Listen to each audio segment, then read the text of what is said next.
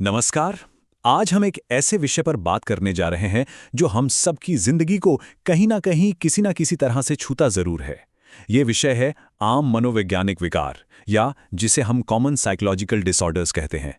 देखिए, ये सिर्फ कुछ मेडिकल शब्द नहीं है, ये वो हालातें हैं, वो स्थितियां हैं जो हमारे दोस्तों, हमारे परिवार और हाँ, कभी-कभी हम पर भी बहुत गहरा असर डाल सकती हैं।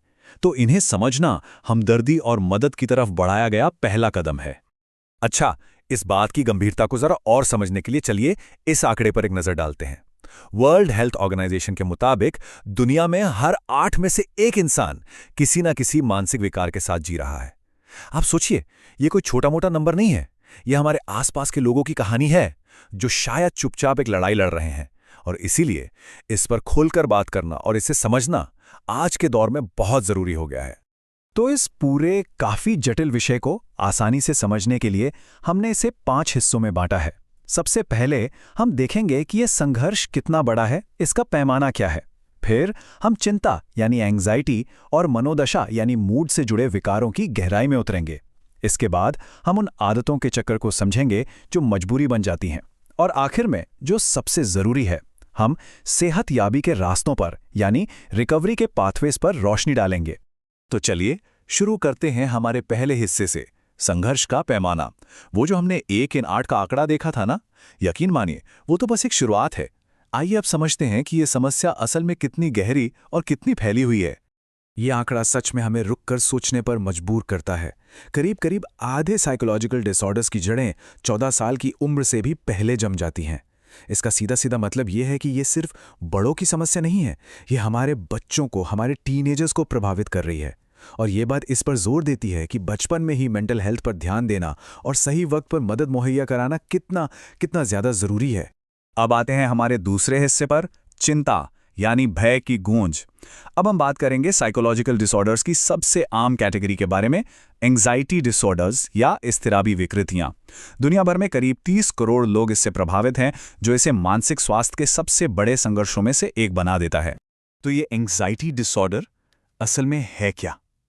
देखिए, ये वो आम घबराहट या बेचैनी नहीं है जो हमें किसी इम्तिहान से पहले होती है। नहीं, ये एक बहुत ज्यादा डर और चिंता की हालत है जो लगातार बनी रहती है।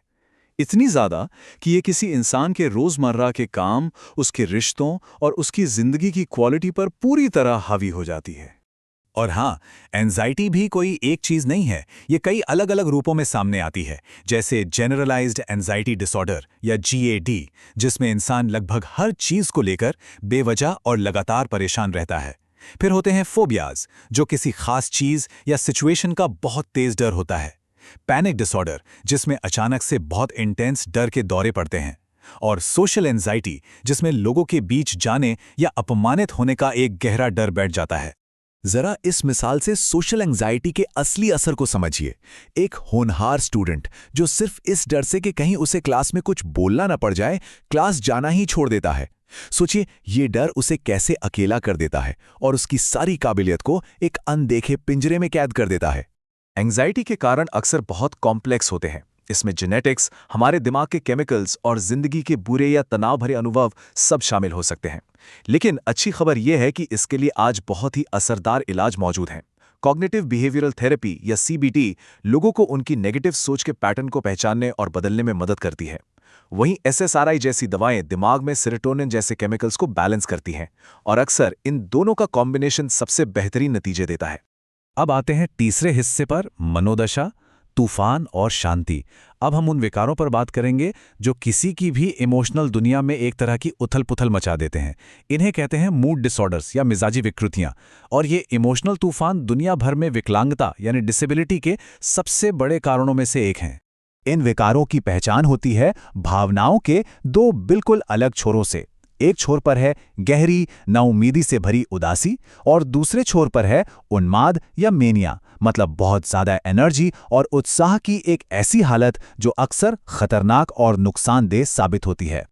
तो यहाँ हम 2 सबसे आम मूड डिसऑर्डर्स को देखते हैं। एक है डिप्रेशन यानी अवसाद, जो एक लगातार बनी रहने वाली उदासी और मायूसी की हालत है। और दूसरा है बाइपोलर डिसऑर्डर, जिसमें इंसान इन 2 दुनियाओं के बीच पेंडुलम की तरह झूलता रहता है, कभी गहरी निराशा के अवसाद में तो कभी बेहिसाब एनर्जी वाले मेनिया के दौर में। यहाँ हम देखते हैं कि डिप्रेशन का असर कितना तबाहकुन हो सकता है। ये सिर्फ उदास होना नहीं है, ये एक ऐसी ताकत है जो इंसान से उसकी दिलचस्पी, उसके रिश्ते और आखिर में उसकी नौकरी तक छीन लेती है और उसे अकेलेपन के एक ऐसे दलदल में धकेल देती है जिससे निकलना मुश्किल हो जाता है। और यह है सिक्के का दूसरा पहलू, मेनिया का तूफान। बाइपोलर डिसऑर्डर में, इस हाई एनर्जी वाले दौर में, इंसान ऐसे इम्पल्सिव फैसले ले सकता है जिनके नतीजे बहुत बुरे होते हैं। जैसे अपनी पूरी जिंदगी की बचत को किसी जोखिम भरे काम में लगा देना। ये एक ऐसा तूफान है जो गुजरने के बाद पीछे सिर्फ तबाही छोड़ जाता है। चौथा हिस्सा, आदतें, बाध्यकारी चक्र। चलिए अब हम उन विकारों को देखते हैं जहां इंसान एक ऐसे दोहराव वाले, मजबूर कर देने वाले बर्ताव के चक्र में फंस जाता है। ये वो आदतें हैं जिन्हें तोड़ना बहुत मुश्किल होता है, भले ही इंसान ये जानता हो कि वो उसके लिए कितनी नुकसानदेह है। यहाँ ये समझना बहुत ज़रूरी है कि ये अच्छी आदतें नहीं हैं, ये नुकसानदेह चक्र हैं जो पल भर का सुकून तो देते हैं लेकिन लंबी दौड़ में बहुत बड़ा नुकसान पहुंचाते हैं। और इसका सबसे मुश्किल पहलू पता है क्या है? वो ये कि इंसान अक्सर जानता है कि ये बर्ताव गलत है, लेकिन वो इसे रोकने में खुद को बिल्कुल बेबस महसूस करता है। और इस कैटेगरी का दायरा बहुत बड़ा है। इसमें ऑब्सेसिव कंपल्सिव डिसऑर्डर यानी ओसीडी शामिल हैं, जहां अनचाहे ख्याल, जिन्हें ऑब्सेशंस कहते हैं, इंसान को कोई काम बार बार करने पर मजबूर करते हैं, जिसे कंपल्शंस कहते हैं। इसके अलावा जुआ या गेमिंग जैसी एक्टिविटीज भी लत बन सकती हैं, और शराब या दूसरे नशीले पदार्थों का इस्तेमाल भी इसी श्रेणी में आता है। ये उदाहरण ओसीडी की तकलीफ को बिल्कुल साफ दिखाता है। ये सिर्फ साफ सफाई की आदत नहीं है, नहीं, ये एक दिमागी पीड़ा है, एक मजबूरी है, एक कैद है जो इंसान को दिन में सैकड़ों बार हाथ धोने पर मजबूर करती है, यहां तक कि उसकी त्वचा से खून बहने लगता है। ये दिखाता है कि ये विकार कैसे जिंदगी पर पूरी तरह काबू कर सकता है। ओसीडी के लिए सबसे असरदार इलाजों में से एक है एक्सपोजर एंड रिस्पॉन्स प्रिवेंशन या ईआरपी थेरेपी। सुनने में शायद ये थोड़ा मुश्किल लगे, लेकिन इसका सिद्धांत बहुत सीधा है। इसमें इंसान को धीरे धीरे अपने डर का सामना करना सिखाया जाता है, जिसे कहते हैं एक्सपोजर, और फिर उस डर से जुड़ी जो मजबूरी वाली क्रिया है उसे करने से रोका जाता है, यानी रिस्पॉन्स प्रिवेंशन। और वक्त के साथ दिमाग ये सीख जाता है कि वो डर असल में बेवजह था और चिंता अपने आप कम हो जाती है। और अब हमारा पांचवां और आखिरी हिस्सा, स्वस्थ होने के रास्ते। तो इतनी सारी चुनौतियों के बारे में जानने के बाद सबसे जरूरी सवाल ये उठता है कि क्या इनसे बाहर निकलने का कोई रास्ता है?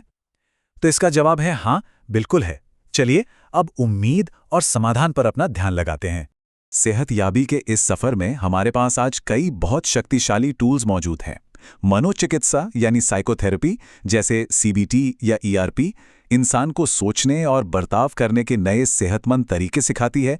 वहीं दवाइयाँ दिमाग के केमिकल बैलेंस को ठीक करने में मदद कर सकती हैं, जिससे थेरेपी और भी ज़्यादा असरदार हो जाती है। और अक्सर इन दोनों का तालमेल ही सबसे मजबूत रास्ता बनाता है। और यहीं पर आकर कहानी का सबसे अहम मोड़ आता है। विज्ञान ने हमें इलाज तो दे दिए हैं जो बहुत असरदार भी हैं, लेकिन असली रुकावट अब साइंटिफिक नहीं बल्कि सामाजिक है। इलाज मौजूद है, लेकिन समाज में लगा कलंक यानी स्टिग्मा और सही देखभाल तक पहुंच का ना होना, ये एक ऐसी खाई बना देता है जिसे पार करके मदद तक पहुंचना आज भी बहुतों के लिए नामुमकिन सा हो जाता है। तो हम आज के इस बातचीत को इसी एक जरूरी सवाल के साथ खत्म करेंगे। ये सवाल सिर्फ एक सवाल नहीं है, यह हमें समस्या को सिर्फ समझने से आगे बढ़कर समाधान का हिस्सा बनने की एक दावत है। यह हम सब की जिम्मेदारी है कि हम एक ऐसा माहौल बनाएं जहां मदद मांगना शर्म की नहीं बल्कि हिम्मत की बात समझी जाए और हर किसी को वो देखभाल मिले जिसके वो हकदार हैं।